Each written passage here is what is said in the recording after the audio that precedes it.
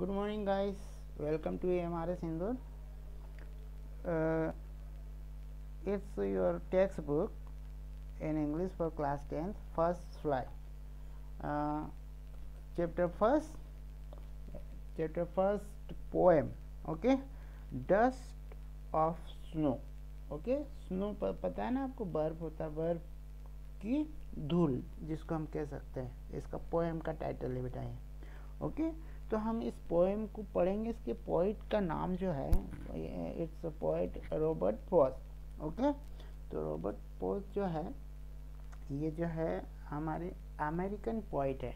ठीक है, तो यहाँ पर इस पोएम में क्या कहना चाहते हैं, तो हम इस पोएम को पढ़ने के इसको हम रिसाइट करते हैं। पोएम को रीड नहीं किया जाता है, रिसाइट करते हैं, है ना, रिदम के साथ। तो आप लोग तो आपकी जो है ना प्रीवियस क्लास में आप पढ़ चुके हैं, पोएम रीड कर चुके हैं। रिसाइट करना होता है, तो रिसाइट की हम करेंगे पोएम को यहाँ पर। और पोइट हमें क्या मैसेज देना चाहते हैं इसके थ्रू, वो भी हम यहाँ समझने की कोशिश करेंगे। ओके गाइस, तो let's start. Dust of snow. हम स्टार्ट करें यदि, तो इसको देखते हैं। Okay, the way a crow shook down on me the dust of snow from hemlock tree, from a hemlock tree। बेटा एक ये ट्री जो हमें अंडरलाइन करूँगा, इसको थोड़ा हाईलाइट करूँगा। हेमलॉक ट्री जो होता है, जो एक प्रकार का पेड़ होता है जिसमें सफ़ेद फूल आते हैं ना, ये विशेला होता है। ठीक है, ये होता है एक विशेला। और यहाँ कोवा को भी हम है ना ऐसा मानते हैं कि ये जो होता है अशुभ होता है। लेकिन आपने कई पोएम में पढ़े होंगे, तो आपने दूसरे बर्ड्स के नाम सुने होंगे, है ना, जो मधुर जिसकी आवाज़ होती है। ठीक है, ऐसे बर्ड्स के नाम सुने होंगे, लेकिन बहुत कम ही सुना होगा आपने क्रो किसी पोएम में। तो यहाँ पर हम कुछ वर्ड्स हैं, अगर देखें द वे, ठीक है ना, द वे मीन्स यहाँ पर हम कहेंगे कि मैनर, एक ढंग, तरीका। सुक डाउन, यहाँ पर एक वर्ड आया है आपका सुक डाउन। ओके, ये देखिए सुक डाउन का मतलब डाउन तो आप समझते हैं ना, तो सुक डाउन यहाँ पर, तो सुक द स्नो डस्ट डाउन, मतलब जो उस पेड़ पर जो डस्ट थी स्नो की, है ना, वो नीचे गिरती। ठीक है, और हेमलॉक एक विषैला या जहरीला वृक्ष जिसको हम कहते हैं। तो यहाँ पर देखिए, ये जो पॉइंट है यहाँ पर ये कह रहे हैं, है ना, इसको अगर हम समझे कि जिस प्रकार एक कोवा एक विषैले वृक्ष, मतलब हेमलॉक है ना, ये वृक्ष हेमलॉक, ये विषैला वृक्ष के ऊपर बैठकर उस पर जो पड़ी हुई क्या थी, यहाँ पर पड़ी हुई बर्फ, है ना, ये बर्फ है ना, उसके ऊपर सुनो, तो ये उस पर पड़ी हुई जो बर्फ है, बर्फ की धूल है ना, को वो आकर ऐसे इस तरह से बैठता है ऊपर कि वो हिल जाता है। तो हिलाकर पोइट कह रहे हैं, वो क्या कह रहे हैं कि वो मेरे ऊपर, मतलब ये नीचे खड़े हैं, ट्री के नीचे खड़े थे, तो मेरे ऊपर, है ना, नीचे गिरा देता है। तो बर्फ गिर गई इनके ऊपर, वो जो डस्ट के रूप में थी। अब नेक्स्ट ये अगर हम देखें, has given my heart a change of mood and saved some part of a day I had rued मतलब पछतावा करना, है ना, दुख व्यक्त करना, ऐसा कहते हैं ना। तो ये यहाँ पर इसका मतलब हम थोड़ा सा समझने की कोशिश करें कि क्या कहना चाह रहे हैं। अ चेंज ऑफ मूड का मतलब आप का जब मूड चेंज हो जाता है किसी चीज़ को देखकर, सुन के, तो यहाँ ये कहना चाहते हैं कि हमारा मन जो है, चित्त या मूड बदल दिया। सेव मतलब कुछ चीज़ हम खोने से बचा लेते हैं, बर्बाद होने से बचा लेते हैं। पार्ट एक पूरे दिन, यहाँ बात कर रहे हैं दिन के, उस उसका एक भाग। ओके, रूइड मतलब रिग्रेटेड डीपली, है ना, बहुत पछतावा करना। फेल्ट सैड डीपली, गहरा पछतावा या गहरे रूप से दुखी होना।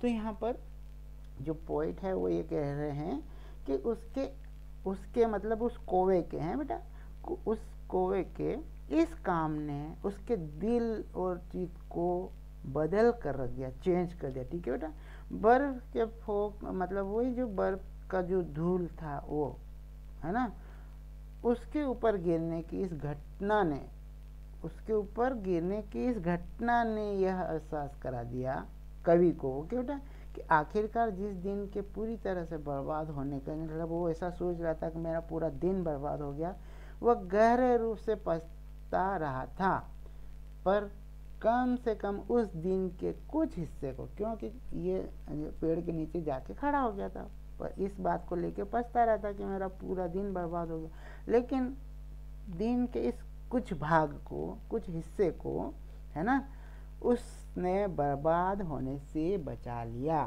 उसने बर्बाद होने से बचा लिया।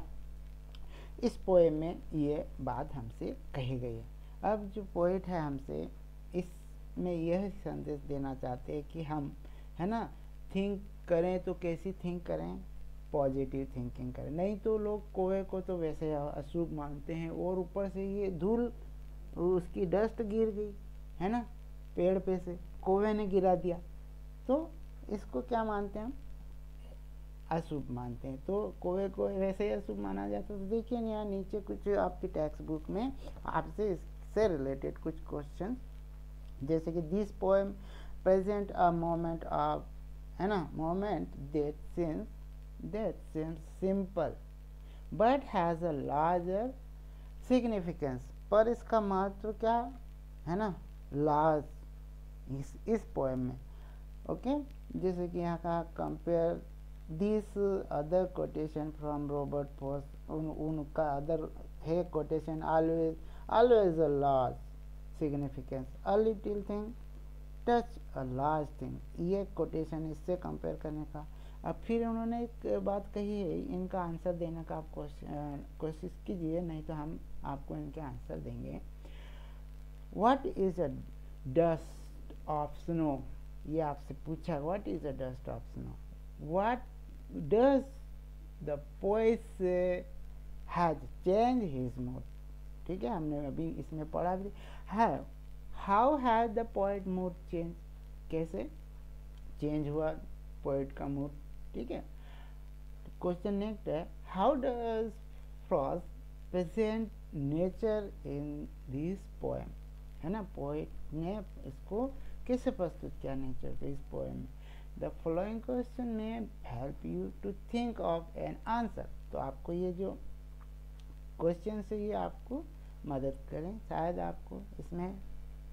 What are the birds that are usually named in poem, है ना, तो what are the birds that are usually named in the poem, कौन से नाम होते हैं जो यूजुअली हम पोएम में लेते हैं उनके नाम, है ना, अक्सर पढ़ते हैं उनको।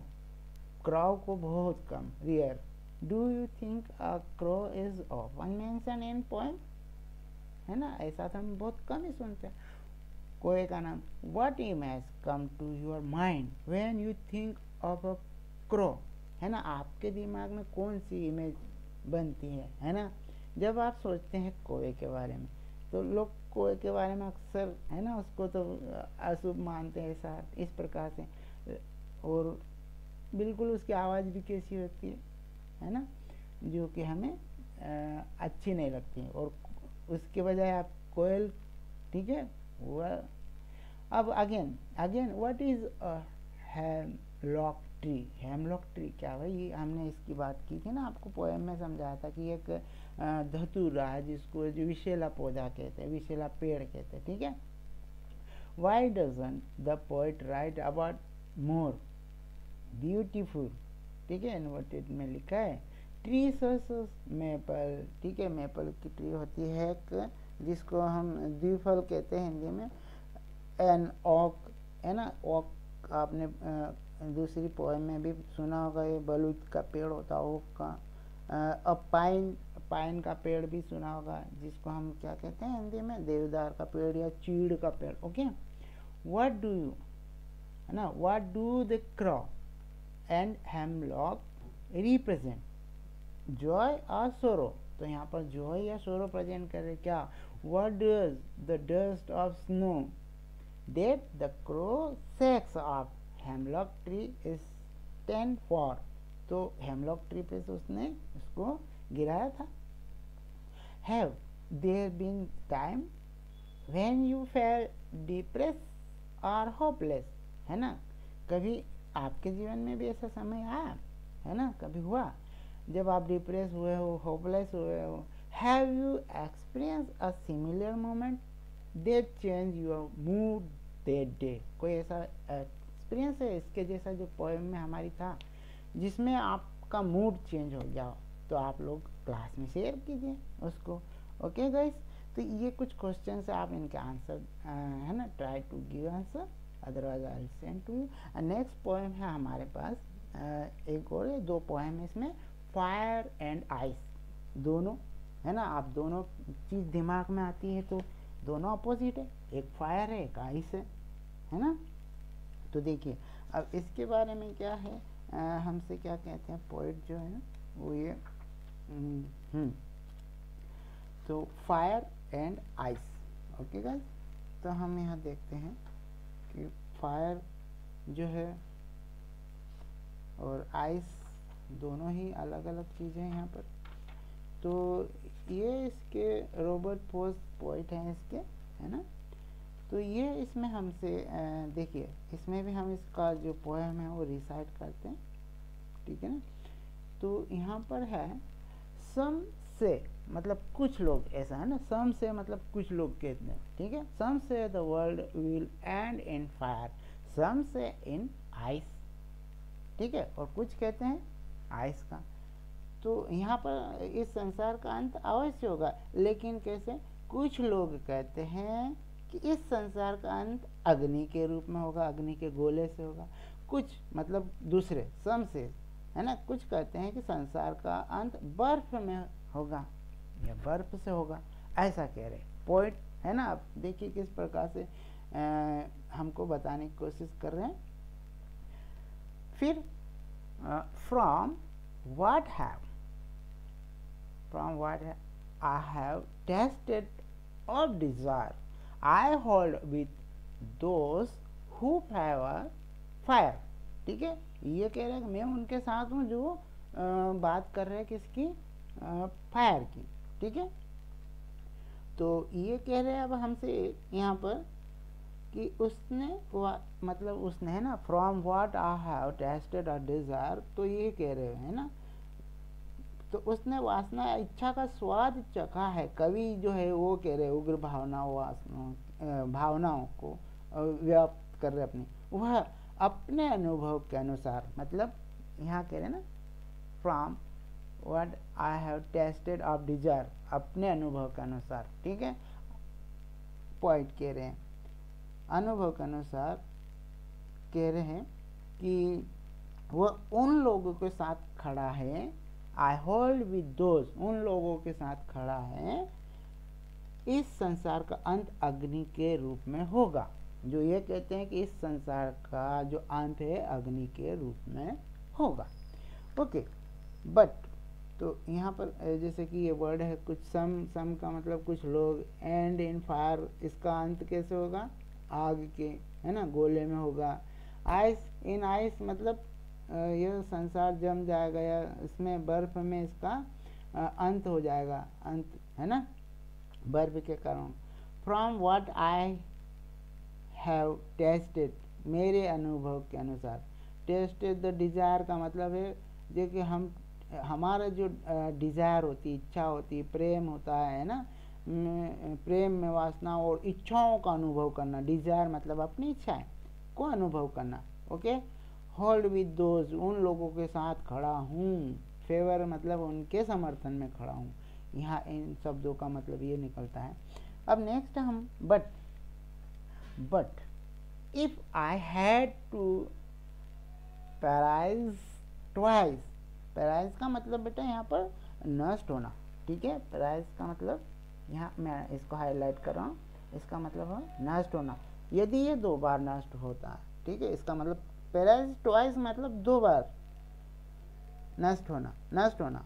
ओके, और I think I know enough of hate to say that for destruction ice is also great and would suffice मतलब पर्याप्त। ओके, यहाँ पर पर्याप्त। तो यहाँ पर ये बेटा ये कह रहे हैं हमसे कि ये तो हो गया प्राइस का मतलब डिस्ट्रॉय होना, इनफ तो काफ़ी आपको पता है, हेड का मतलब भी आपको पता है करना, डिस्ट्रक्शन मतलब विनाश होना किसी चीज़ का, सफिस पर्याप्त होना। तो यहाँ पॉइंट जो है वो कहते हैं बट लेकिन यदि इस संसार को एक बार नहीं 2 बार नष्ट होना हो तो, है ना, कहते हैं ना ट्वाइस, ओके सॉरी, हाँ ट्वाइस, प्राइस ट्वाइस 2 बार नष्ट होना हो तो घृणा, जो घृणा है ना, हेट, ये बात कही उन्होंने, हेट,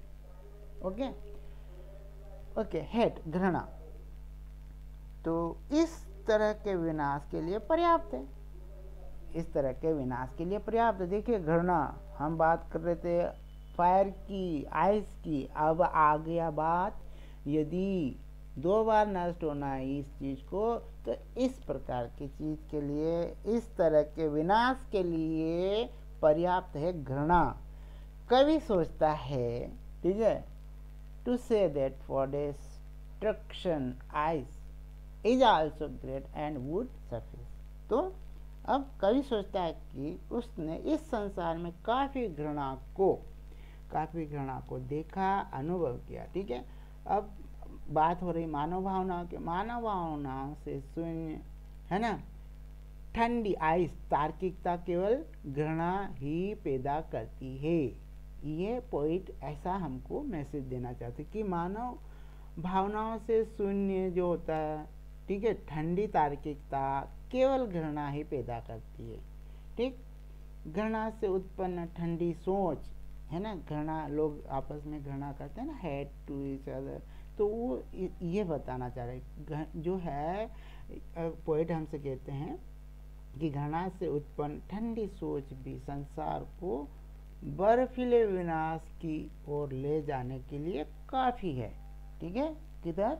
बर्फीले विनाश की ओर ले जाने के लिए सफिस एंड वुड सफिस, ऐसा करें to say that for destruction eyes, ठीक है, इज आल्सो ग्रेट, ठीक है, ये भी बर्फीले विनाश की ओर ले जाने के लिए काफ़ी है, ग्रेट है मतलब सफिशिएंट है। सिर्फ बर्फ ही इस विनाश के लिए काफ़ी है, सिर्फ बर्फ ही, is also great and would suffice, बर्फ, ओके। तो ये हमसे पॉइंट यहाँ पर कह रहे हैं। अब कुछ क्वेश्चंस है जिनके आप आंसर देने की कोशिश कीजिए, ये हमारे पास में, ठीक है। सफिक्स आपको बता ही दिया है, यहाँ पर कुछ ये आपको वर्ड्स दिए गए हैं, उनको करने की कोशिश कीजिए, है ना, otherwise I will send to, I will say that answer I will give you, okay. If you have doubt about these poems, you can ask me, okay guys. Now you may leave this session, okay guys. Try to give answer, okay. Have a nice day beta, bye beta. Additional question भी करना है? Yes, additional question, yeah, additional also you have to do, okay.